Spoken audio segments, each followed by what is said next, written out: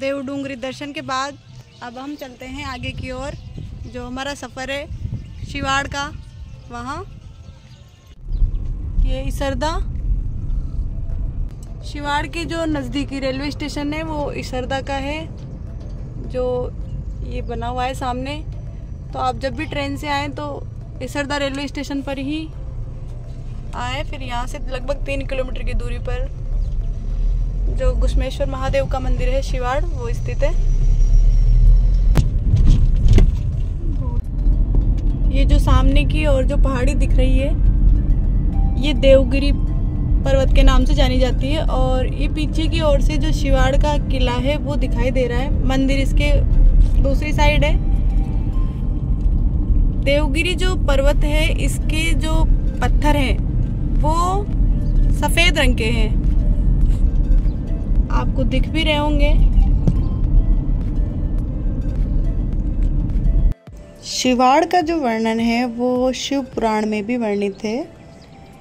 शिव पुराण के अनुसार ये एक कहानी पर आधारित है मंदिर। कहानी ये है कि जो देवगिरी पर्वत है उसके आंचल में ही एक सुधर्मा नाम का ब्राह्मण रहता था। सुधर्मा के एक पत्नी थी जिसका नाम था सुदेहा। सुदेहा निसंतान थी, तो उसने अपनी बहन का विवाह सुधर्मा से करवा दिया।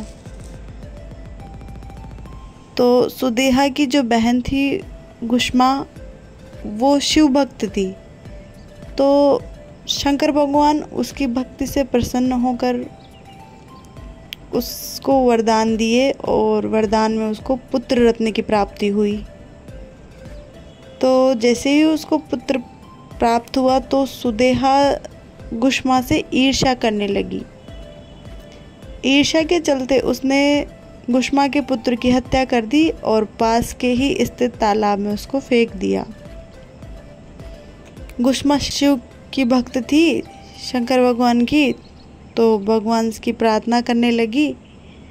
भगवान शिव प्रसन्न होकर घुश्मा को वरदान दिया उन्होंने, और उसके मृत पुत्र को पुनर्जीवित कर दिया।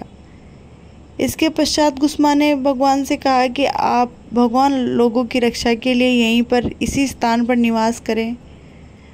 तभी से ये महादेव का मंदिर जो है वो बना हुआ है, और घुश्मा के नाम पर ही इसका नाम घुश्मेश्वर महादेव पड़ा है। ये जो घुश्मेश्वर महादेव है उसका जो मुख्य प्रवेश द्वार है वहाँ हम पहुँच गए हैं। दरवाजे के अंदर प्रवेश करते हैं अब हम।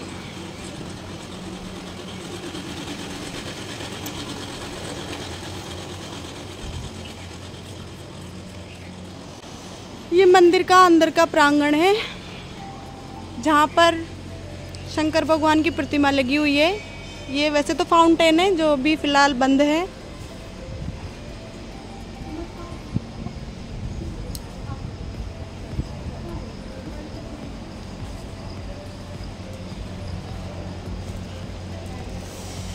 इस स्थान पर भगवान शिव को नारियल और अगरबत्ती चढ़ाई जाती है।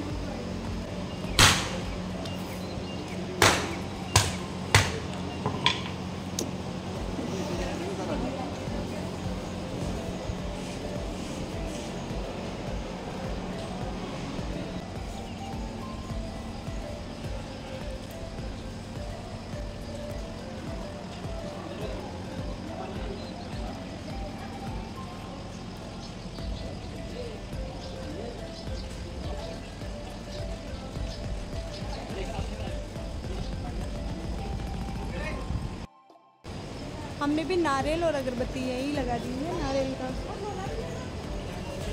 जोत जला दी है और अगरबत्ती लगाकर अब हम बढ़ते हैं मंदिर की ओर, आगे की ओर।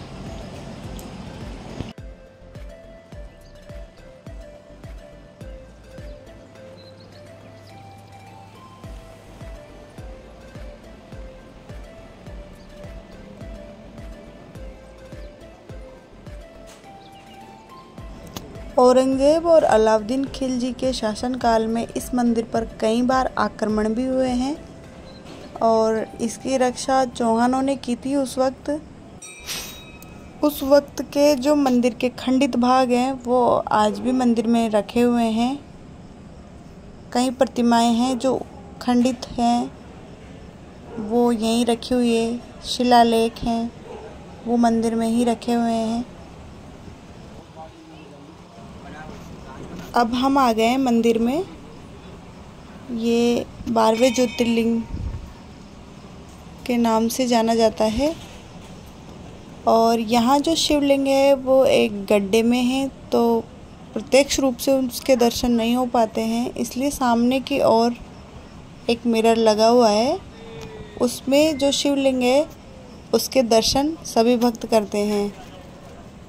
ये जो शिवलिंग है वो हमेशा एक जलहरी में रहता है, जिसमें जल भरा रहता है, क्योंकि ऐसा माना जाता है कि जो भगवान शिव हैं उनका रुद्र रूप जो है वो उसको शांत करने के लिए ये शिवलिंग हमेशा जल में रखा जाता है। मैं आपको दर्शन कराती हूँ। देखिए, ये घुश्मेश्वर महादेव का जो मुख्य शिवलिंग है। मंदिर के सामने ही नंदी भगवान का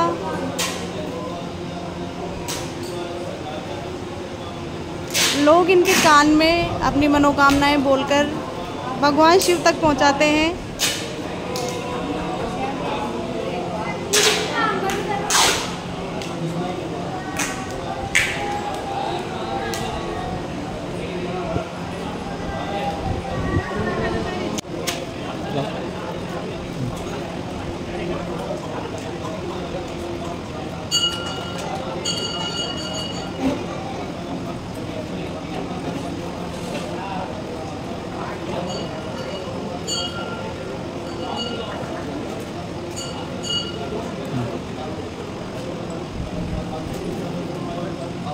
मुख्य मंदिर के चारों ओर मंदिर के प्रांगण में ही बहुत सारे देवी देवताओं की मूर्तियां स्थापित है।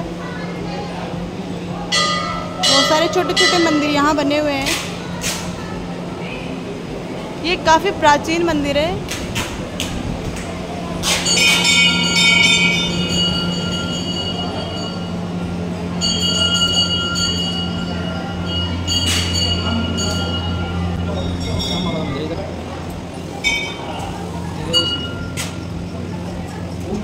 ओम नमः शिवाय।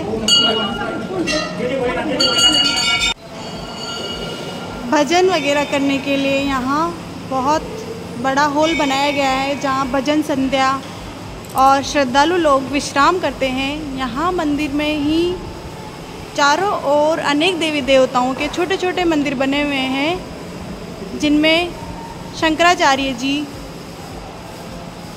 वेद व्यास जी और भगवान राम और जानकी का मंदिर भी बना हुआ है। अब हम आपको आगे की ओर लेके जाते हैं। बाबा श्याम का मंदिर भी यहाँ पे है। श्याम बाबा के दर्शन आपको करवाते हैं।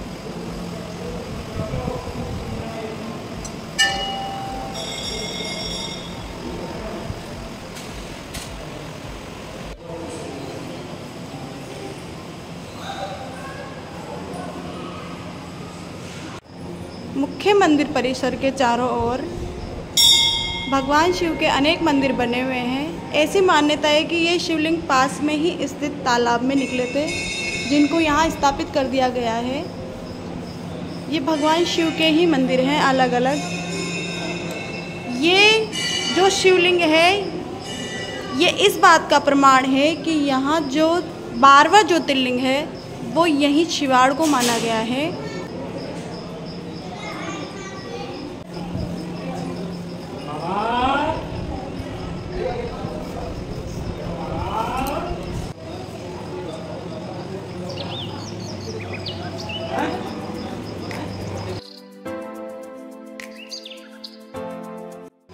मंदिर के ऊपर की साइड देवगिरी पर्वत पर एक उद्यान बनाया गया है, जहाँ से जाने का रास्ता यहाँ से है। और उद्यान की टिकट जो है वो 10 रुपये की है, तो यहाँ से टिकट प्राप्त करें और आगे की ओर जाएं। हमने टिकट ले लिए, अब हम चलते हैं उद्यान में।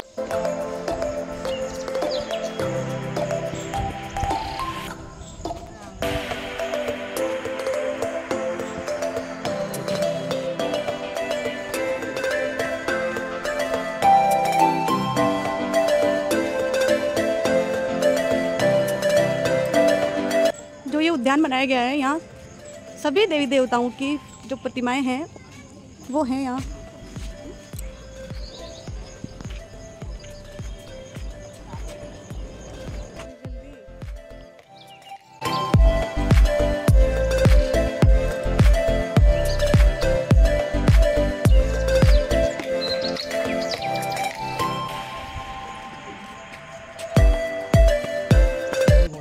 सामने भोलेनाथ की प्रतिमा, उद्यान में आते ही भोलेनाथ जी के दर्शन हो गए।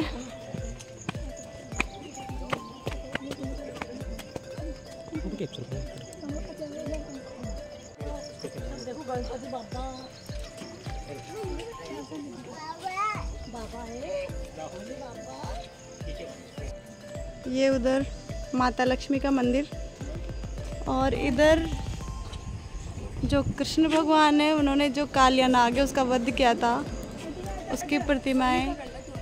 भगवान राम और जानकी, साथ में लक्ष्मण जी, इनकी प्रतिमाएं। ये जो उद्यान पूरा दिख रहा है ये देवगिरी पर्वत की तलहटी में ही बसा हुआ है, और इसी के नीचे जो मुख्य मंदिर है वो है। ऊपर की ओर इसमें किला भी बना हुआ है, जो कभी चौहानों का शासन काल हुआ करता था यहाँ। अब हम चलते हैं ऊपर की ओर, वो जो ओम लिखा हुआ है वहाँ तक हम जाएंगे। सामने की ओर ये जो गोमुख दिखाई देता है, यहाँ से पानी आता है और वो पानी यहाँ से होता हुआ नीचे जाता है। यहाँ पर प्रतिमाएं दिखाई गई है बहुत सारी। ये इधर भगवान श्री कृष्ण। अब हम चलते हैं ऊपर की ओर। उद्यान के जो पत्थर हैं उनको वाइट रंग से इस प्रकार से पुताई की हुई है इनकी कि यूं लगता है मानो बर्फ़ में कहीं आ गए हैं। इतना सुंदर प्रतीत होता है, दूर से देखने पर यूँ लगता है जैसे बर्फ़, यहाँ पे बर्फ़ ही बर्फ़ हो रही है चारों तरफ। राजस्थान में रहकर अगर बर्फ़ का आनंद लेना है तो शिवाड़ जरूर आए। ये बर्फ़ ही है चारों तरफ, फील कर सकते हैं आप बर्फ़, फोटो में तो खास तौर पे।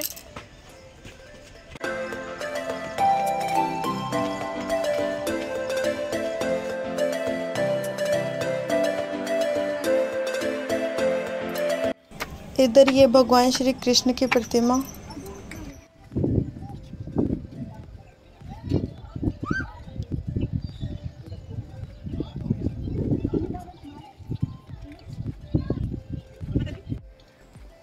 ये जो सामने की ओर तालाब दिखाई दे रहा है, इसी के अंदर जो सुदेहा थी उसने घुष्मा के बच्चे को फेंका था, और तभी भगवान शंकर ने अवतार लिया था। कश्मीर में जो अमरनाथ महादेव का, बाबा बर्फानी का जो मंदिर है, उसी की तर्ज पर यह मंदिर बनाया गया है, जो एक गुफा में बना हुआ है। और मंदिर के सामने ही शंकराचार्य जी की प्रतिमा भी लगी हुई है।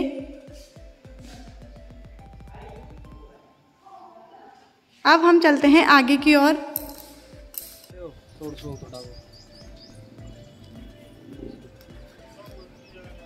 यहाँ से जो व्यू दिखाई दे रहा है ये शिवाड़ कस्बे का है, और उधर सामने की तरफ वहाँ एक तालाब स्थित है जिसमें अभी तो पानी नहीं है। उसी में वो शिवलिंग मिले थे जिनके आधार पर ये पुष्टि की जाती है कि यहाँ 12वां ज्योतिर्लिंग है।